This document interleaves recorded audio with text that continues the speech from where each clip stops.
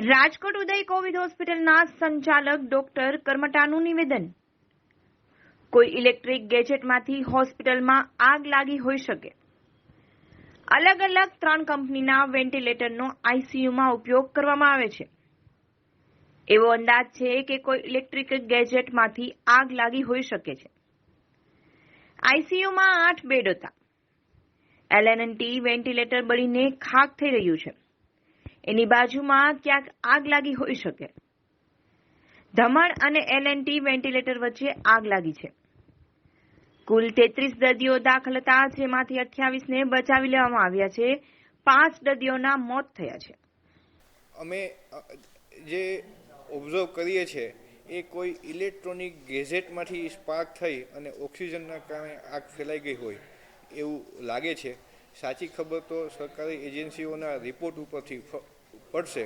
અત્યારના કંઈ કહી શકાય એવું નથી. સર, અંદરની સિચ્યુએશન સૌથી વધુ તમને ખબર હોય, અલગ અલગ કંપનીઓના જ્યાં વેન્ટિલેટર હતા, કયા કંપનીના વેન્ટિલેટર હતા ને શું લાગે છે કે એમાંથી કોઈ સ્પાર્ક થયો હોય કે એવું કંઈ? હા, અમે ત્યાં ઉદય શિવાનંદ હોસ્પિટલમાં 3 થી 4 કંપનીઓના વેન્ટિલેટર યુઝ કરતા હતા. એમાં એક હેમિલ્ટન કંપનીનું વેન્ટિલેટર, એક એલએનટીનું સ્કેનરે વેન્ટિલેટર અને ધમણ 3 વેન્ટિલેટર, ધમણ 1 વેન્ટિલેટર અને high flow nasal cannula use કરતા હતા. સર, આમાંથી કઈ સ્પાર્ક થયો લાગે?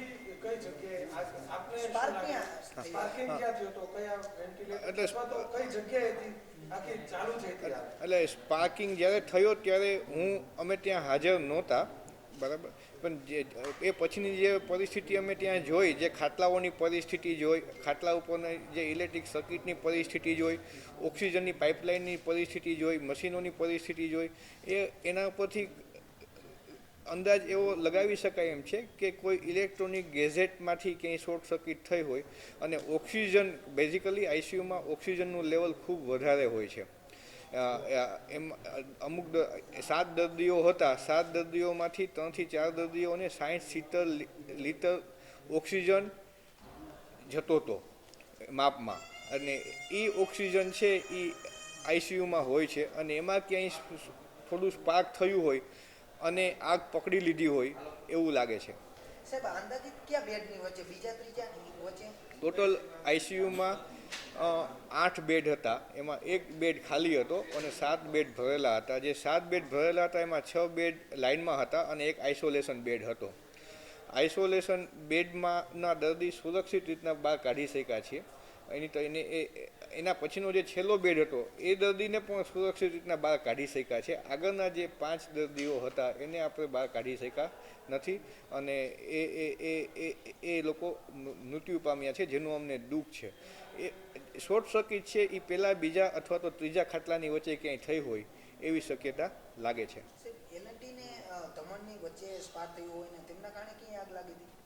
એ તપાસનો વિષય છે.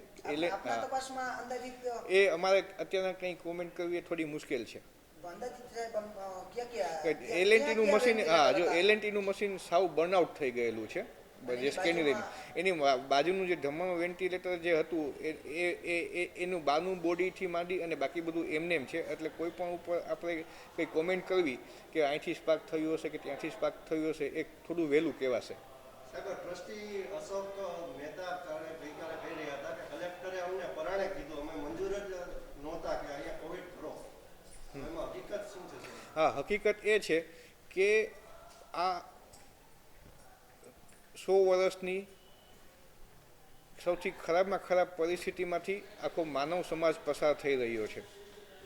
સરકારની એનું કર્તવ્ય છે કે બને એટલી વહેલી અને વધારે સુવિધાઓ ઊભી કરી અને સમાજને તંદુરસ્તી પ્રાપ્ત થાય એવા પ્રયત્ન કરવા મહામારીમાં. અને આ ઇન્ફેક્ટિવ રોગ છે, ચેપી રોગ છે, એટલે અલગ અલગ હોસ્પિટલો ઊભી થાય અને અલગ જ એની સારવાર ઊભી થાય. સરકારે એવા પ્રયત્ન કર્યા હશે અને કરે છે. તો કદાચ સરકારે એને કીધું પણ હોય તો એ એક હોસ્પિટલને નહીં, બધા જ ને, દોશી હોસ્પિટલ લઈ લો, જલારામ હોસ્પિટલ લઈ લો, આ બધી ટ્રસ્ટની હોસ્પિટલ છે. ક્રાઇસ્ટની હોસ્પિટલે સૌથી પહેલાં બીડું ઉપાડ્યું હતું સરકારની વિનંતીથી કે ભાઈ અત્યારના મહામારી છે, માનવ ના જીવ જોખમાય છે, ચેપ લાગે છે, તમે આગળ આવો. તો સૌથી પહેલાં ક્રાઇસ્ટ હોસ્પિટલ આગળ આવી હતી. આ બધા એ દોશી હોસ્પિટલ આવે, પછી જલારામ હોસ્પિટલ આગળ આવી, પછી અમે બધા પ્રાઇવેટ હોસ્પિટલો છે, બરાબર છે, સિનર્જી હોસ્પિટલ છે, ગિરિરાજ હોસ્પિટલ છે, ગોકુલ હોસ્પિટલ છે, અમે અલગ અલગ હોસ્પિટલો ઊભી કરી, બરાબર છે. અમને જ્યાં જ્યાં સારા સ્ટ્રક્ચરો દેખાણા ત્યાં અમે નાના મોટી ક્યાંક ને ક્યાંક સરકારની મદદ લીધી હોય. ત્યારે આટલા બધા દર્દીઓ સચવાના છે. અત્યાર સુધીમાં રાજકોટમાં જ નહીં, ગુજરાતમાં જ નહીં, આખા વિશ્વમાં હજારો દર્દીઓને બધા ડૉક્ટરોએ સારવાર આપી અને બહાર કાઢ્યા છે અને કાઢે છે. અને અમે અત્યારના સરકારને, તમારા બધા ઇલેક્ટ્રોનિક મીડિયાના ભાઈઓને એ વિનંતી કરીએ છીએ કે અમને આમાંથી બને એટલા વહેલા બહાર કાઢી લો. અમે અમારી સેવા છે એ પાછી પૂર્વત કરવા માગીએ છીએ. પાછી અમે કોરોનાના દર્દીઓની સારવાર કરવા માગીએ છીએ. અત્યારના સમાજને અમારી જરૂર છે. આ એક્સિડન્ટ થયું છે, અકસ્માત થયો છે, એક હોનારત થયું છે. હોનારતમાંથી જેટલા આપણે વહેલા બહાર આવશું એટલું આપણે સમાજને, સોસાયટીને, નીડી માણસોને, જરૂરિયાતમંદ દર્દીઓને વધારે ઉપયોગી થઈ શકશું. આપે કીધું કે 7 દર્દીઓ હતા. પોલીસે તપાસ દરમિયાન 11 દર્દીઓની વિગત સામે. હા, આઈસીયુ, હા, તો ત્યાં આઈસીયુ છે એ 2 ભાગમાં વહેંચાયેલું છે. એક મેઇન આઈસીયુ છે એમાં 8 ખાટલા, અને બીજું જે પાસેનું એક રૂમ છે એમાં 3 વત્તા 1 એમ 4 ખાટલા છે. ના, એમાં કોઈને કંઈ નથી થયું. જે પાસેના અલગ બીજું હતું એમાં કોઈને કશું નથી થયું.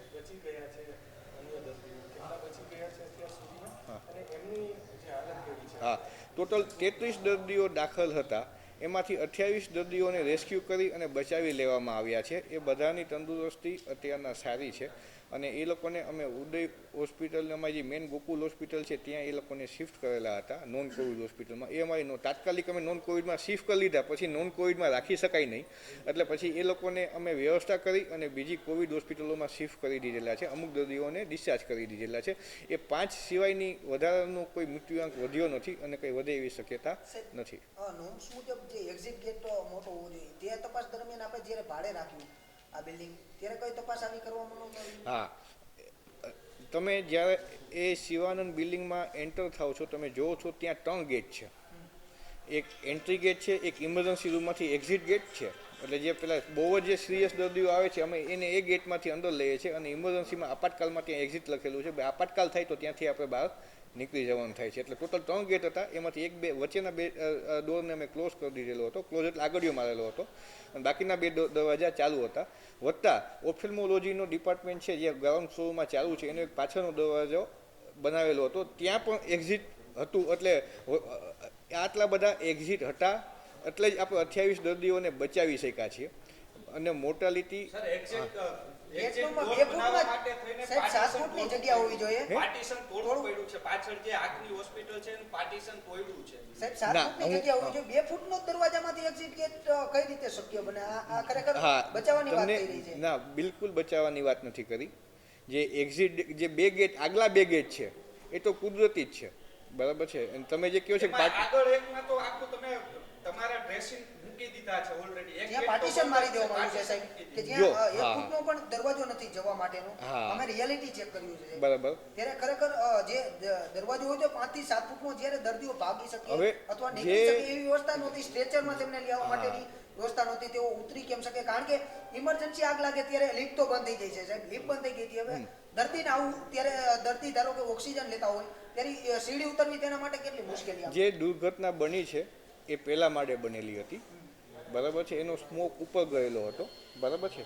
અને જે દર્દીઓને રેસ્ક્યુ કરવામાં આવેલા છે એ રેસ્ક્યુ આ બધા દરવાજામાંથી જ બહાર કાઢીને કરવામાં આવેલા છે. એટલા બધા દરવાજા હતા, એટલા એક્ઝિટ હતા, એટલી ઇમરજન્સીની. હા, 2 દરવાજા હતા. એક્ઝિટના 2 દરવાજા હતા. એક એન્ટ્રીનો ને એક ઇમરજન્સી રૂમ પાસેનો.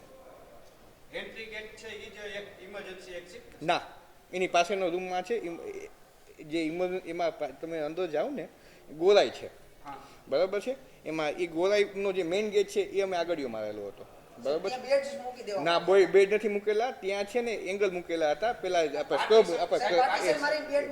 મને તમે સાંભળશો કે તમે બોલશો? હા, બસ.